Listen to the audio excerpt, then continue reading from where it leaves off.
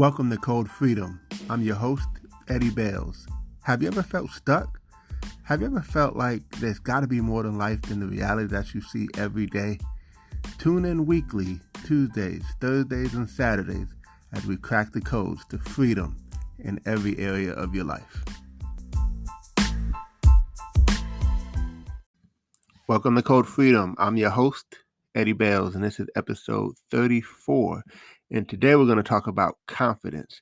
You see, if you lack confidence, then you're always going to be worried about what someone else is going to think, what someone else is going to say, how someone else is going to perceive you. And if that is the case, then it's going to cause us to not take action. And if we don't take action, then things aren't going to happen for us, right? So we got to build up this confidence. And I've learned over the years to really work on my confidence because I was that guy. That was me. And I talked about this before, but this stems all the way back to childhood. We all have those things. Something that happened in childhood that caused us to have a little bit of a lack of confidence, right? And then it just kind of grew and grew and grew over time, and it just became a part of who we are. And so that long period of time that it took to get us to having a lack of confidence, we have to work that much harder to break that to the point where we now have all the confidence that we need to do what we need to do. And look, I'm still working on me, right? But I've come a long way. And so I want to share some things with you that have really helped me to boost and build my confidence. And I think on these episodes, I've already been doing it, but I'm gonna always recommend books that I've read that have helped me in certain areas. And so one of those books is called Psycho-Cybernetics. Psycho-Cybernetics. It's by Dr. Maxwell Maltz. Maxwell Maltz, right? And so this book was important because this is a surgeon who would put people back together. And after he did this surgery, you'd think their confidence would go up, but oftentimes it didn't. And he's like, look, I fixed your face, but you still have a lack of confidence, right? And so he realized it was really more of an inner confidence it was an inner situation than an outer situation, because he fixed the outer situation that was broken, and maybe from a fire or maybe from a fall or just whatever. He fixed that, right? But then they still had those inner issues. And so I'm going to just share with you guys today, and we'll definitely expound on this some more in some upcoming episodes. We'll have some guests around these topics. But today I just want to share with you four steps that have really helped me when it came to building confidence. And number one is to study. See, when you have competence, then you get confidence, right? When you have competence, you get confidence. And so once you study, like study to a point where you know more than everyone else in the room, right? Because you've gotten to a place of mastery, right? You've read the books, you've listened to the audios, you've gone to the seminars, you've taken the courses, and you've studied it inside and out so that you know what you know that you know that you know. And that's kind of where I was at. Even in business as an entrepreneur, I had to study. I had to study the industry that I was in. I had to study my customers. I had to study my organization and the people, how to deal with people. I had to study a lot of different things to get to a place where I felt very, very confident because I was competent. I've done it so much. They say it's like unconsciously uh, uncompetent. I'm sorry, unconsciously competent. It's like when you don't even know what you know anymore because you just do it automatically. Like it's just a habit now. It's just who you are. It's just what you become. And that is, we'll talk about that. But that's kind of where you want to get to, is when you get to a place where you don't even think about it, and it just rolls off of who you are. It's natural for you, right? So studying as hard as you can on everything, right? I'm addicted to studying. I'm obsessed with studying because I've learned that the more I study, the more confident I become, right? So that's number one. Number two is to practice, because it's pointless to study and study and study and never apply. So we gotta take that knowledge and turn it into understanding. And you don't understand until you actually can apply it, right? The Bible says get knowledge, wisdom, and understanding, right? And they're all different. And so um it's one thing to know something, but it's a whole nother thing to understand it. That means you can apply it, right? And then wisdom is when you don't just know how to apply it, you know when to apply it, right? You know exactly how to and when to do whatever it is you need to do, right? So uh, practice, practice, practice. And just to take it up a notch, you know, perfect practice, right? This is a whole nother level right here. This is actually a bonus to my 4 steps that I want to share with you. So, um, they took these basketball teams, and I shared this story. I'm not going to share the story again, but just know that there's a difference between um, practicing it like physically, and then but practicing it in your mind where it's perfect practice, right? Because every time you see it in your mind, you see it done exactly how it's supposed to happen, right? So you study, but then you start practicing it, but then you practice it in your mind. Oh man, it's a whole nother level now, because you practice that thing to perfection. So it has to manifest itself in reality, because your subconscious has no idea what's reality or not. It only knows what you feed it, and what you feed it the most, right? So feed the faith and starve the doubt, right? And take action, right? And one way to help you take action is, applying the 5-second rule: 5, 4, 3, 2, 1. Just do it, right? Don't even think about it. Like for instance, let's just say that you have to make a call, a sales call to the CEO, and you don't even know what you're going to say to them, or you're afraid you may say the wrong thing. Well, just go 5, 4, 3, 2, 1, and then dial the number, and now it's ringing, so you can't hang up, right? So you got to just let it ring, and then somebody's gonna answer, and now you gotta say something. And hey, you might fumble over your words. It's okay, right? Because you're human, and you're gonna get better. But that's part of the practicing, is working on it, right? So then we move to number 3, which is feedback. And feedback can come in a multitude of different ways. You can get feedback from the results that you get. Like, for instance, you may not like to hear this, but your body is feedback on how well you take care of it, right? I mean, from a exercise standpoint to a feeding standpoint of what you eat.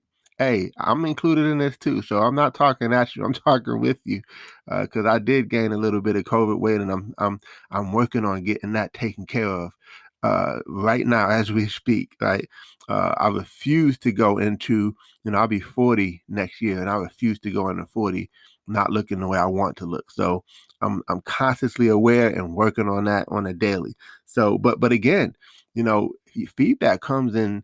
It comes in your results.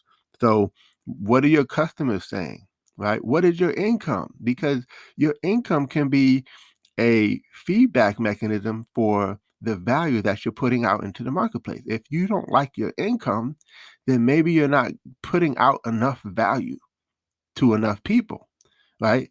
So again, feedback is important. And then you can get feedback from people. You can get feedback from your loved ones and say, hey, listen, how do you think I do with this? Just give me like your real honest feedback, right? And don't be defensive. Don't be, let them give you that feedback and take it as constructive criticism so that you can improve on it, right? So feedback is necessary. Feedback is important. Otherwise, you can do a lot of practicing and applying, and maybe you could practice it the wrong way, to a point where you get to a place where it's like you're doing the wrong thing over and over and over and over and over, right? Versus doing it the right way, versus doing it the most efficient and the most effective way. So feedback is necessary. Feedback is important.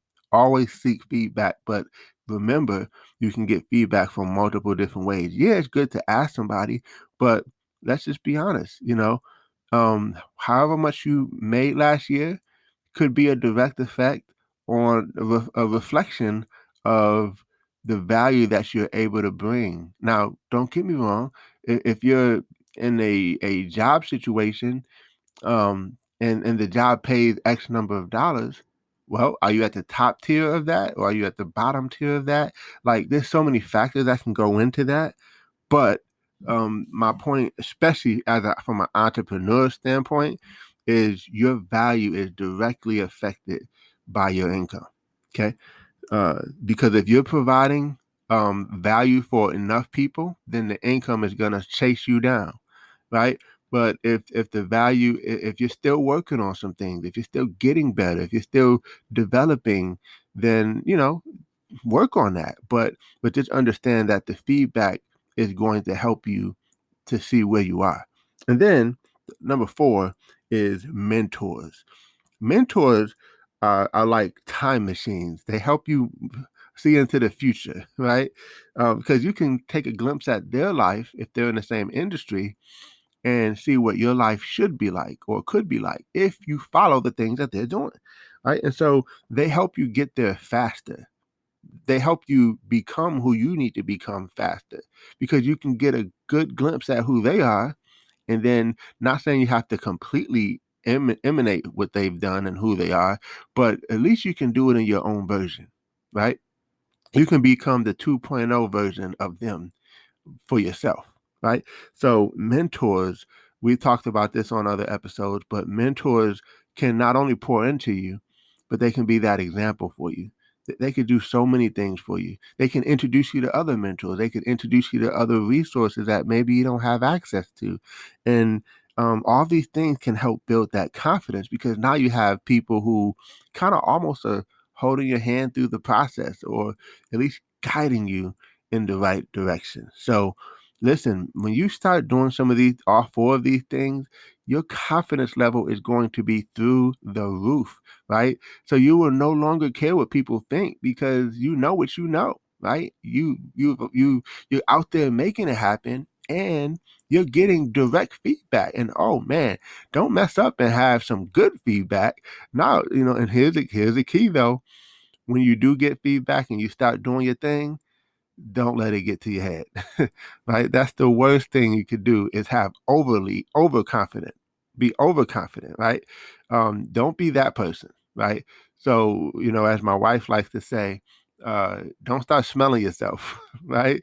Or as some of my mentors say, don't start buying your own press, right? Because we have to be humble enough to know that we can still get better. You know why? Because there's always someone better than us, right? So no matter how good we've come, how far we've come, even myself, I always have to look at myself and remain humble because yes, I have come a long way from where I've been, but I'm still working on me. I'm still getting better. And guess what? There's still people who are way past where I'm at, right? So I still got a ton of work to do. And I'm okay with that because I'm doing it, right? And I'm doing all 4 of these things. So I remember long time ago being afraid to do presentations in front of people. I remember being afraid to raise my hand and speak up in class. I remember being afraid to read out loud, right? I remember all these different things. And sometimes it still tries to catch me. And then I have to kind of go 5, 4, 3, 2, 1, and then boom. Sometimes I'll just raise my hand, even though I don't even know what I'm going to say. Right? Sometimes I'll just say yes, even though I don't know how I'm going to make it happen. But that's just me exercising that muscle of confidence to say, look, I'll figure it out. I'll say yes and figure it out later, right? Because everything is figure outable. Remember that? So anyway, I hope you guys got some value from this. This one right here, this is going to help you get free. This is going to be a major code for freedom. And we're going to continue to talk about confidence because you got to have confidence or you won't take action. You're going to be paralyzed. You're going to be gripped with fear if you lack the confidence, right? But once you get that muscle up, of confidence, it's a wrap, because can't nobody tell you anything. You just gonna go out there and do it and do it and do it and make what you need to make happen. So listen, appreciate you guys for tuning in. This is another episode of Code Freedom.